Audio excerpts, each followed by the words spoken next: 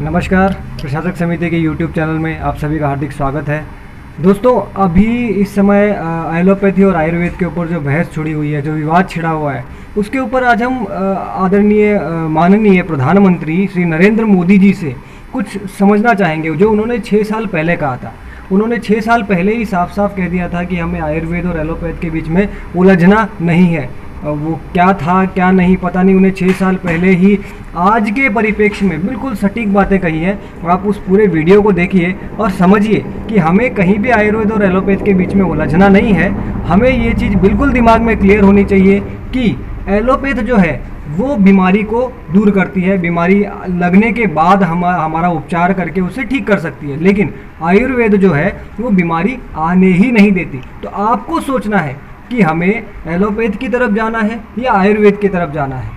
तो आयुर्वेद एक जीवन शैली है जिसको हमें अपनाना है और आयुर्वेद को अपने जीवन में उतार के स्वस्थ रहने की कोशिश करनी है। यदि फिर भी या किसी कमी के कारण हम बीमार होते हैं तो एलोपैथ हमें ठीक करेगी। तो दोनों में से बुरी कोई नहीं है, बुराई किसी की नहीं कर रही है, लेकिन सबका अपना अपना रोल है, वो अपने अपने रोल के साथ ही चलेंगी। आयुर्वेद हमें स्वस्थ और सुखी जीवन देने के लिए एक उत्तम मार्ग है। एक श्रेष्ठ जीवन शैली के लिए सबसे उत्तम मार्ग हमारे पास आयुर्वेद का है। यदि हम आयुर्वेद को अपने जीवन में उतारेंगे, उसे फॉलो करेंगे, तो हमें बीमार नहीं होना होगा। और हम बीमार नहीं होंगे तो हमें ऐसी दवाइयाँ लेनी नहीं पड़ेंगी, ऐसे केमिकल वाली दवाइयाँ लेनी नहीं पड़ेंगी जिससे हमारे शरीर में कोई साइड इफेक्ट हो और हम किसी समस्या में पड़े और आर्थिक रूप से भी हम कमज़ोर हों। यानी स्वस्थ, सुखी और समृद्ध जीवन के लिए आपको आयुर्वेद की शरण में आना होगा। आयुर्वेद को अपने जीवन का महत्वपूर्ण अंग मानते हुए उसके साथ चलना होगा, तो आप स्वस्थ, सुखी और समृद्ध जीवन जी सकेंगे। समृद्ध क्यों? क्योंकि बीमार नहीं होंगे तो ये मोटा मोटा पैसा खर्चा नहीं लगेगा ना, बहुत पैसा बचेगा। सुनिए नरेंद्र मोदी जी को कि वो क्या कह रहे हैं इस विषय में। बहुत ही सटीक चीज़ है जो आज के परिप्रेक्ष्य में बहुत सही बैठता है। देखिए वीडियो। आयुर्वेद और एलोपैथी दोनों जैसे कोई दुश्मन हो, इस प्रकार का माहौल बना दिया है। हमारी पूरी टर्मिनोलॉजी ऐसी है। ये टर्मिनोलॉजी बदलनी होगी। हम भी तो विवाद करते रहते, भाई आयुर्वेद जो है वो मूल से बीमारी को दूर करता है और एलोपैथी तो भाई ऊपर ऊपर रिलीफ करता है। और हम तुष्कारते हैं और फिर खानगी में वही करते हैं। जब तक हम ये न कहें कि भाई एलोपैथी एक रास्ता है, लेकिन आयुर्वेद ये जीवन पद्धति है,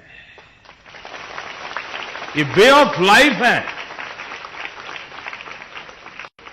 हमारा पूरा फोकस आयुर्वेद को एम्फेसिस बदलना होगा। हम एलोपैथी के साथ संघर्ष का चेहरा लेकर के चलेंगे तो उस लड़ाई से हमें फायदा नहीं है। हमें फायदा इस बात में है, और जिस प्रकार से योगा ने अपनी जगह बना ली, आयुर्वेद भी अपनी जगह बना सकता है। अगर नई बीमारी आएगी तो एलोपैथी वाले संभाल लेंगे, लेकिन बीमारियां न आए वो तो आयुर्वेद ही संभाल सकता है। विश्वास बहुत बड़ी चीज है। मैं एक घटना से बड़ा परिचित हूं।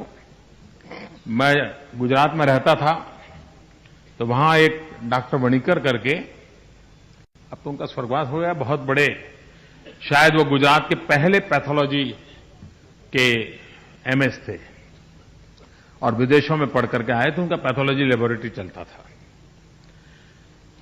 उनके परिवार में, रिश्तेदारी में एक बच्चा बचपन में बीमार हो गया। बहुत छोटा बालक था, शायद 2-3 महीने हुए होंगे, और कुछ ठीक ही नहीं होता था।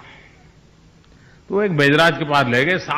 सारा परिवार एलोपैथी मेडिकल साइंस की दुनिया के सब लोग थे। थक गए तो एक वैद्यराज के पास ले गए। वैद्यराज के पास ले गए तो उस वैद्यराज जी को मैं जानता था। तो बच्चे को देखा उन्होंने, और उन्होंने अपनी पत्नी को अंदर से कहा, ऐसा करो भाई, शीरा बना के ले आओ, हलवा बना के ले आओ। तो ये कहने लगे, नहीं हम लोग तो नाश्ता करके आए हैं, हलवा बलवा नहीं मैं तुम्हारे लिए नहीं बना रहा हूं, बच्चे के लिए बना रहा हूं। तो कह रहे बच्चा तो 3 महीने का, उसको हलवा खिलाओगे आप? लेकिन जो भी औषधियां वगैरह डालनी होगी उनकी पत्नी को मालूम होगा, वो एक चम्मच भर हलवा बना करके ले आई और उन्होंने खुद ने, वैद्यराज जी ने उस बच्चे को उंगली पे लगा लगा करके उसके मुंह में चिपकाते रहे, उसको थोड़ा थोड़ा थोड़ा थोड़ा आधा घंटे पर कोशिश करके थोड़ा बहुत डाला। 3 दिन के अंदर उसके जीवन में परिवर्तन आना शुरू हो गया। ये डॉक्टर मुझे लगातार बताते रहते थे कि हम एलोपैथी की दुनिया के इतने बड़े लोग हमारे अपने पोते को ठीक नहीं कर पा रहे थे, उन्होंने एक चम्मच भर हलवा खिला करके उसको बिल्कुल से एकदम से सशक्त बना दिया। कहने का तात्पर्य है कि इस शास्त्र में कोई ताकत तो है। ये वीडियो देखने के बाद इतना तो समझ जाना चाहिए कि चाहे आयुर्वेद हो चाहे एलोपैथ, यदि ये दोनों साथ मिलकर अपना अपना कार्य करेंगे तो शायद बहुत लाभ होगा। लेकिन यदि ये दोनों आपस में यूं ही लड़ते रहेंगे तो जनता का नुकसान होगा। राष्ट्रहित में ये बहुत आवश्यक है कि दोनों आपस में शोध करके और दुनिया के लिए एक मिसाल पैदा करें। और इन न्यूज़ चैनल वालों को ऐसे मुद्दों पर बहस करने से बचना चाहिए, क्योंकि सारी गंदगी फैलाने का मूल कारण तो यही है, लोगों को लड़ाना, आपस में बहस करवाना ताकि इनकी टीआरपी बढ़े। इसके अलावा इन्हें किसी चीज़ से कोई मतलब नहीं है। ये देश के लिए, राष्ट्र के लिए, जनता के लिए, किसी के लिए नहीं सोचते। इसलिए इन मीडिया वालों पर लगाम लगानी भी बहुत ज़्यादा आवश्यक है। जय श्री राम, वंदे मातरम, भारत माता की जय।